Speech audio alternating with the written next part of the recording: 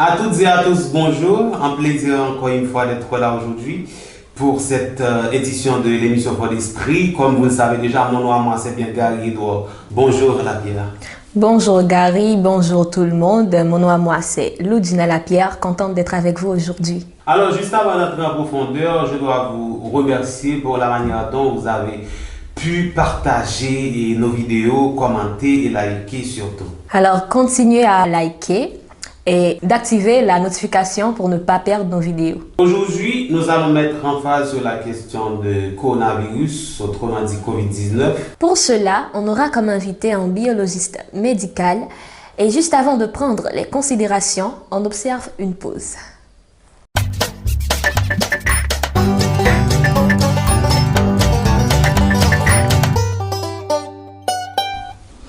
Mesdames et messieurs, comme je vous l'avais annoncé, on a notre invité sur le plateau de Fort d'Esprit.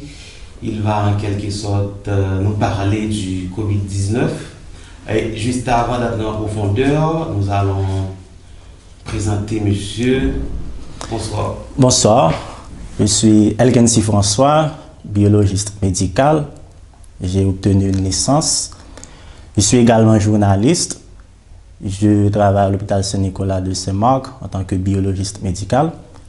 Je co-présente également une émission sur la radio Max FM intitulée On cherche les lumières, diffusée chaque samedi de 5h à 7h PM. Voilà. Je pense que c'est intéressant de sa part, bien sûr, et nous allons pouvoir en quelque sorte trouver ou joindre des éléments et probants pouvant nous permettre de faire face à ce virus qu'est Corona. Ma première question pour toi, monsieur, qu'est-ce que tu pourrais nous dire du coronavirus ou Covid-19? Qu'est-ce que c'est? Covid-19, donc étymologiquement, on voit co signifie corona, V virus, et puis D disease. 19, c'est pour faire référence à l'année pendant laquelle l'épidémie a été débutée. En fait, avant même d'entrer d'emblée dans cette question, je dois vous dire que les coronavirus forment une vaste famille de virus qui engendrent des infections qui peuvent aller d'un simple rhume jusqu'à des formes très graves, par exemple le SRAS, syndrome respiratoire aigu et sévère. Mais avant, on ne pouvait pas contracter le coronavirus parce que c'était seulement entre eux et les animaux. Mais à partir de décembre 2019, surtout dans la région chinoise de Wuhan, on a constaté que les coronavirus sont zoonotiques, c'est-à-dire qu'ils peuvent être transmis d'un animal à l'homme. Donc, coronavirus, la maladie à coronavirus scientifiquement dénommée le SARS-CoV-2, parce que c'est une nouvelle souche qu'on a découverte.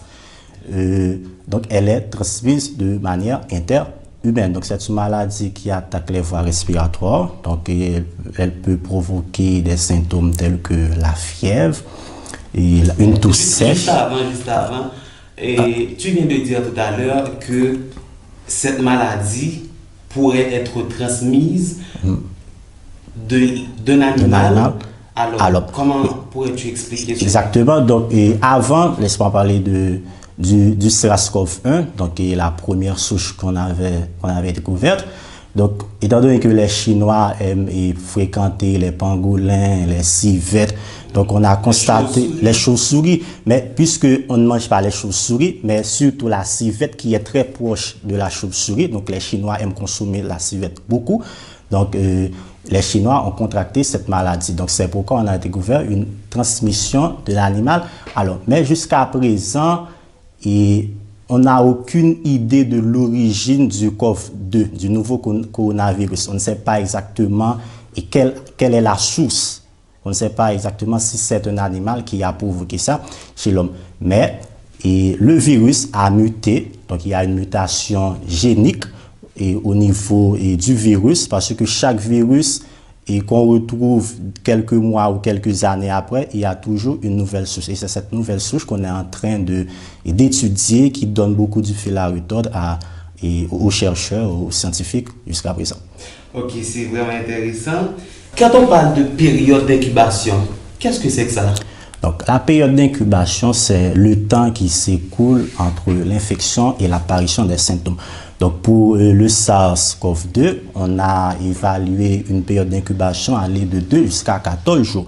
Donc, il y a beaucoup de personnes qui sont asymptomatiques, c'est-à-dire on attrape le virus, mais les symptômes ne vont pas encore apparaître. On les appelle porteurs sains, c'est ça? Bon, porteurs sains, c'est désuet. Donc, en épidémiologie, on n'utilise plus. Donc, c'est asymptomatique. Donc, on peut toujours dire porteur sain, mais si on veut parler de nouveautés, si on veut montrer qu'on est à jour, donc on utilise le mot asymptomatique. Nombre de gens disent que le coronavirus est une pandémie et il y a ceux-là qui disent aussi que le corona est une épidémie. Qu'est-ce que tu pourrais nous dire? Quelle est la différence qui existe entre pandémie et épidémie? Okay. Donc, en épidémiologie, donc, les maladies infectieuses existent d'abord sous forme de cas sporadiques, c'est-à-dire on commence à retrouver des cas isolés, donc une personne est à Saint-Marc, une personne est à Jérémie. Après quelques temps, donc, la maladie évolue sous forme d'endémie. Donc, endémie, donc, il y a un nombre élevé de personnes contaminées, encore infectées, qui commencent à apparaître. Après, et on passe en phase d'épidémie. Donc l'épidémie, le nombre est beaucoup plus croissant.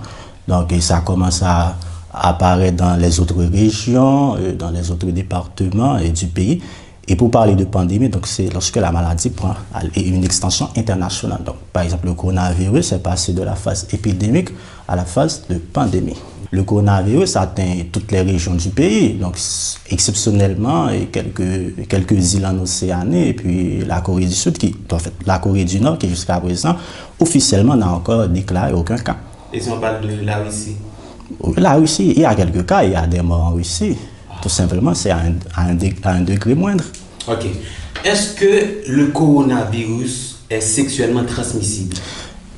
Moi, je suis scientifique, donc je dois apporter des réponses scientifiques. Donc, sur une base scientifique, aucune étude n'a prouvé que le COVID-19 est une MST, ou encore une maladie sexuellement transmissible. Donc, vous pouvez être serein. Donc, il n'y a aucun risque pendant que vous faites des rapports sexuels.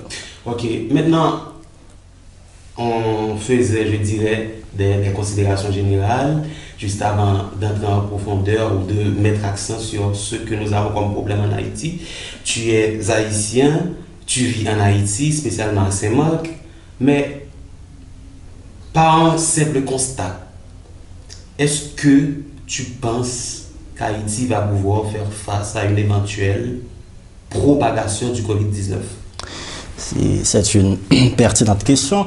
Donc, tenant compte de nombreux facteurs auxquels fait face notre pays, par exemple, il y a la promiscuité, donc une bidonvillisation, donc beaucoup de gens vivent en famille, les marchés publics, le transport public jusqu'à présent ne sont pas encore interdits.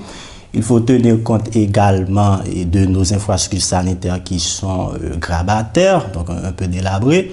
Donc, un système sanitaire, il n'y a pas vraiment d'équipement, de matériel. Par exemple, moi qui travaille à l'hôpital Saint-Nicolas, donc c'est avec beaucoup de difficultés que je peux trouver un masque. Donc, en tant que jusqu'à présent. Donc, c'est à travers, c'est mondial. Est-ce que le gouvernement n'a pas commandé? Bon, j'ai entendu parler de ça en tant que journaliste, j'ai entendu parler, mais jusqu'à présent, c'est une crise mondiale. L'OMS avait déjà fait une alerte. Donc, à cause de cette pénurie, donc il faut utiliser de manière rationnelle les masques. Être technicien médical stipule que tu as un œil sur le monde, ouais, surtout dans le domaine médical. Tu as entendu parler de Didier Raoult? Oui, le professeur Didier Raoult, oui, qui est médecin. Oui. Yeah. Mais qu'est-ce que tu penses de son traitement? Okay. Avec de la chloroquine? De la chloroquine. Oui, et professeur Didier Raoult, jusqu'à présent, on est en phase de ce qu'on appelle d'essai clinique. Donc, quand on dit essai clinique, c'est une recherche biomédicale qui est axée sur les connaissances et l'efficacité, encore le traitement des maladies. Mais l'essai clinique de médicaments, c'est un sous-ensemble de l'essai clinique des biomédicales. Donc, on teste un médicament, les molécules pour voir est-ce que ce traitement peut guérir ou encore un vaccin, ça peut être préventif contre cette infection. Donc, jusqu'à présent, il n'y a rien d'officiel. Le professeur Didier Raoult le fait qu'entreprend des recherches, des études. C'est vrai que les résultats sont satisfaisants. Donc, c'est sur des patients et sur lesquels il a testé cette association azithromycine et l'hydroxychloroquine. Donc, il a obtenu des résultats satisfaisants. Donc, on ne peut pas le nier. Mais jusqu'à présent, rien d'officiel. Rien d'officiel parce que les personnes qui ont développé une forme grave de la maladie et ce médicament ne peut rien faire, sinon qu'aggraver leur situation. Et tout à l'heure, on était en train de parler de masques, oui. Des éléments qui vont nous permettre de combattre le Covid-19. Mais en Haïti, on voit presque tout le monde porte des masques, mais est-ce qu'il est obligatoire pour quelqu'un de porter un masque sans être infecté?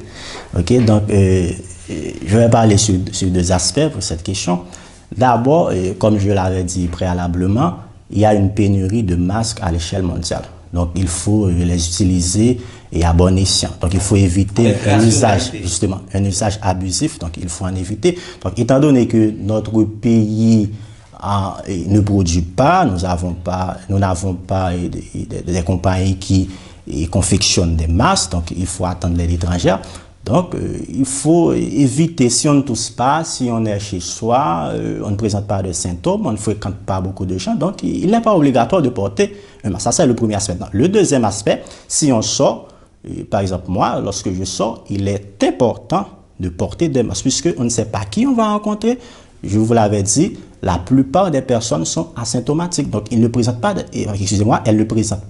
des symptômes. Donc, si on rencontre une personne qui tousse, qui éternue, ou bien qui libère des gouttelettes dans sa bouche, donc pour se protéger, il faut porter un masque. Tu viens de nous expliquer, une fois être en pleine rue, et on doit porter des masques.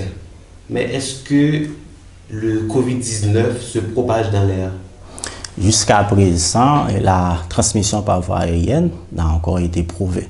Donc, on attrape la maladie, c'est soit directement, soit indirectement. Donc, directement à travers les gouttelettes que la personne infectée transmet dans l'air. Donc, si on est à une distance de moins d'un mètre, donc on respire et ces gouttelettes qui tombent sur notre bouche, dans notre nez et les yeux, donc on peut attraper la maladie directement. Ou bien indirectement, lorsque la personne infectée tousse ou éternue et ces particules vont tomber sur des objets, des surfaces, et puis nous, on va manipuler ces objets, on va toucher ces surfaces sans laver nos mains, on les porte dans notre bouche, et les yeux ou le nez, donc on va être infecté. Mais, et si par exemple, je viens de pénétrer quelque part, mais en ouvrant la porte, et je touche la clé, c'est ça? Oui. Donc l'élément pouvant me permettre de pénétrer la chambre ou un salon, et cet élément, je dirais, a été touché par une personne infectée. Donc, est-ce que le virus peut en quelque sorte se tenir pendant quelques heures avant qu'il s'enfuit? Oui, exactement. Même si, selon les études menées par l'OMS, il n'y a pas une durée aussi longue, mais on a constaté que le virus peut rester sur les surfaces, les objets, quelques heures, jusqu'à quelques jours même. Donc c'est pourquoi, et je crois que vous allez quand même poser cette question, et dans les mesures préventives, il faut se laver les mains régulièrement et soigneusement, parce que les mains, on touche tout, donc on les porte dans notre visage. Mais juste avant de venir avec les mesures préventives, on est en Haïti. Il y a des ordures par terre, presque partout. Est-ce que les ordures peuvent provoquer le coronavirus? Ou est-ce que ces éléments-là peuvent faciliter quelqu'un d'avoir ou d'être infecté, je ne sais pas? Avant même de répondre, laissez-moi vous dire que les micro-organismes ou encore microbes ils se divisent en 4 types de manière basique. Donc il y a les parasites, il y a les bactéries, les virus et puis les champignons. Donc ces 4 micro-organismes ou encore agents pathogènes présentent des caractéristiques différentes. Donc ces micro-organismes ont leur mode de fonctionnement. Mais les ordures sont beaucoup plus en rapport avec les bactéries, les parasites. Donc jusqu'à présent, les ordures n'ont pas vraiment de lien avec le virus. Donc le virus n'est autre qu'un virus qui provoque des symptômes respiratoires et on peut l'attraper seulement lorsque on est en contact avec des gouttelettes expulsées par une personne contaminée. Comment s'échapper du COVID-19? Comment s'échapper, se protéger? Se protéger. Donc, les mesures sont simples, ce sont des règles d'hygiène. D'abord, il faut pratiquer un lavage régulier des mains et de manière très soigneuse, très soigneuse également. Éviter d'être en contact avec des personnes qui présentent des symptômes du COVID, qui ont une toux sèche, de la fièvre, qui éternuent. Il faut également respecter la distanciation sociale parce que les gouttelettes... 1,50 m, c'est oui, ça? Bon, 1,50 m parce que les gouttelettes émises par une personne infectée peuvent s'étendre jusqu'à une distance de 2 mètres. Donc jusqu'à présent, 2 mètres, c'est pourquoi on dit qu'il faut garder au moins 1,50 m jusqu'à 2 mètres même. Et puis, le meilleur remède, c'est de rester chez soi. Est-ce que tu penses qu'une personne vivant en Haïti peut rester chez elle? Confiné. Bon, par rapport à notre pays, donc on peut pratiquer un confinement partiel. Donc, un groupe de personnes sortent de telle heure à telle heure. Par exemple, je regarde les décisions prises par la mairie du Cap-Haïtien. Donc, les marchés publics vont fonctionner 3 fois par semaine. Donc, on peut faire ça à Saint-Marc. Donc, mardi, jeudi, vendredi, à Saint-Marc. Il y a la rencontre des gens. Oui. Au niveau des marchés publics. Oui, quand même. Des gens. Voilà, les gens donc, se mêlent. Justement, donc c'est pourquoi j'ai parlé d'un confinement partiel. Donc, on ne peut pas pratiquer un confinement total. Donc, il faut sortir parce que nous vivons dans un pays où on pratique une économie informelle. Donc, 90% des personnes doivent sortir et vendre leurs produits alimentaires. Et la personne qui vend de la pistache, de la figue banane et les cartes de recharge, donc elles doivent sortir au dehors pour faire un peu d'argent et rentrer chez eux. Ces personnes-là vivent au quotidien. Justement, donc au quotidien. Donc c'est extrêmement difficile. Mais ça revient aux autorités de mettre une politique sur place afin d'aider les gens qui sont beaucoup plus vulnérables pour éviter cette propagation due à la maladie. Mais est-ce que cette distanciation sociale que parlent ces autorités peut être respectée en Haïti réellement, honnêtement? Bon, si on parle d'un profond réalisme, c'est non. Donc on ne peut pas respecter la distanciation sociale. Donc, parce que il y a une bidonvillisation, donc beaucoup de gens laissent les campagnes pour venir habiter en ville. Donc, il y a les business qui se trouvent en ville, les marchés publics. Jusqu'à présent, le transport public, donc c'est comme toujours. Les gens sont entassés justement comme des sardines. Voilà, donc on ne peut pas. Donc, on n'a qu'à faire respecter les règles d'hygiène. Dans la mesure du possible. Justement. Donc, les règles d'hygiène, mais pratiquer le confinement, c'est impossible en Haïti. Est-ce que les personnes qui souffrent des maladies incurables sont plus exposées au COVID-19?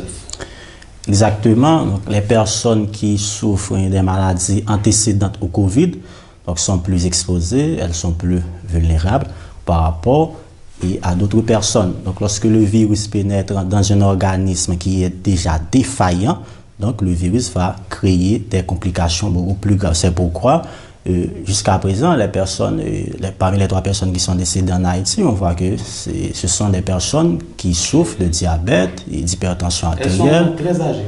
Oui, justement, donc 69 ans, 55 ans, donc pour la 3e personne, je ne sais pas encore l'âge. Donc, elle souffre de diabète, de maladies cardiaques, maladies rénales. Et il y a d'autres. Laissez-moi vous dire que le virus n'est pas en lui-même mortel. Contrairement à la première souche de coronavirus qu'on avait découverte environ en 2002-2003.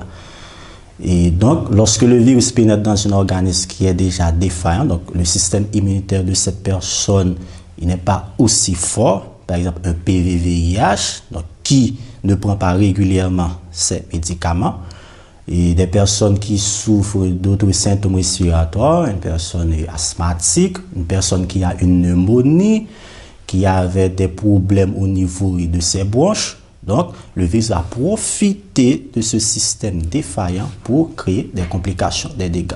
Donc, à travers le monde, en Italie et aux États-Unis, donc les personnes qui sont décédées sont des personnes qui souffrent de ces maladies. Parce que environ 80% des personnes guérissent sans avoir besoin de traitement particulier.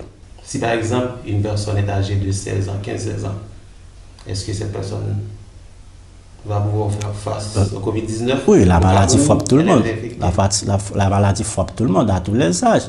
Aux États-Unis, il y avait un bébé de 6 mois qui est décédé. En République dominicaine, il y avait un bébé de 6 mois qui est décédé. Donc, la maladie frappe tout le monde. Il suffit tout simplement de se préparer, de se protéger. Mais non, là déjà parle de quarantaine, la mise en quarantaine, et il parle de confinement et il parle aussi d'isolement. Qu'est-ce que tu pourrais nous dire à propos de cela? Okay. Donc, être en quarantaine, mettre quelqu'un en quarantaine, c'est quelqu'un qui présente des symptômes d'une maladie, d'une infection. Donc, c'est un cas suspect. Donc, la personne n'est pas encore, on ne sait pas vraiment si la personne est infectée. Oui. Donc, on la met en quarantaine juste pour éviter au cas où les tests seront révélés positifs pour ne pas infecter d'autres personnes. Souvenez-vous bien, je vous avais dit préalablement que environ 80% des personnes sont asymptomatiques. Donc, les symptômes sont bénins. Okay? Donc, on met cette personne en quarantaine. Maintenant, après qu'on a effectué des prélèvements, dans le cas du Covid, on effectue des prélèvements nasopharyngiens, on les envoie dans un laboratoire spécialisé, on attend les résultats. Si les résultats sont révélés positifs, maintenant, on va mettre ces personnes, ou bien cette personne, en isolement. Donc, il y a un centre qu'on prépare pour les personnes infectées. Maintenant, le confinement, c'est tous les pays qui pratiquent le confinement, on reste chez soi, on ne sort pas. Elkensi, François, c'est très intéressant de ta part et toute l'équipe de l'émission Pour l'Esprit est en ébullition de t'avoir aujourd'hui sur le plateau avec nous. Alors, est-ce que tu as des informations supplémentaires que tu aimerais ajouter? S'il y a une question qui ne t'a pas été posée.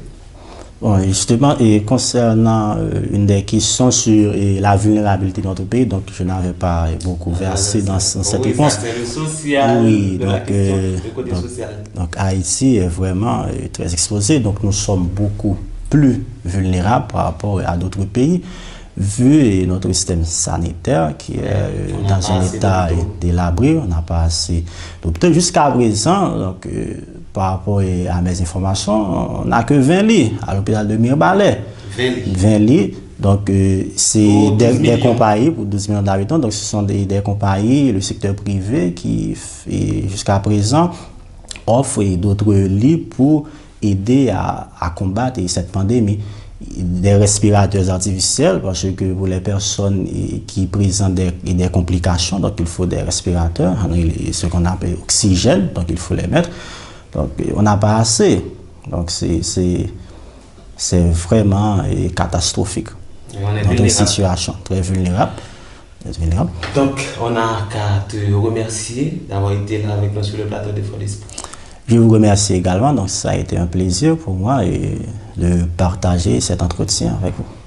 Mesdames et messieurs, c'était notre invité, Elkensi François, il était là avec nous pour parler du Covid-19, comment s'échapper, qu'est-ce que nous pouvons faire en quelque sorte pour éviter une éventuelle propagation de ce virus. Je vous rappelle que vous avez suivi l'émission Fort d'Esprit diffusée sur le channel Bonfuit TV. Vous pouvez liker, partager, commenter toutes nos vidéos. Au cas où vous êtes nouveau sur le channel, vous pouvez vous abonner et activer la notification. Il ne faut pas oublier que cette édition de l'émission Fort d'Esprit a été présentée par moi, Gary Edouard, présentateur de l'émission Fort d'Esprit. Je vous rappelle aussi que l'émission a été préparée, bien sûr, par Richardy Design. Et pour le maquillage, on a eu Nadia Makeup. C'était un plaisir. Allez.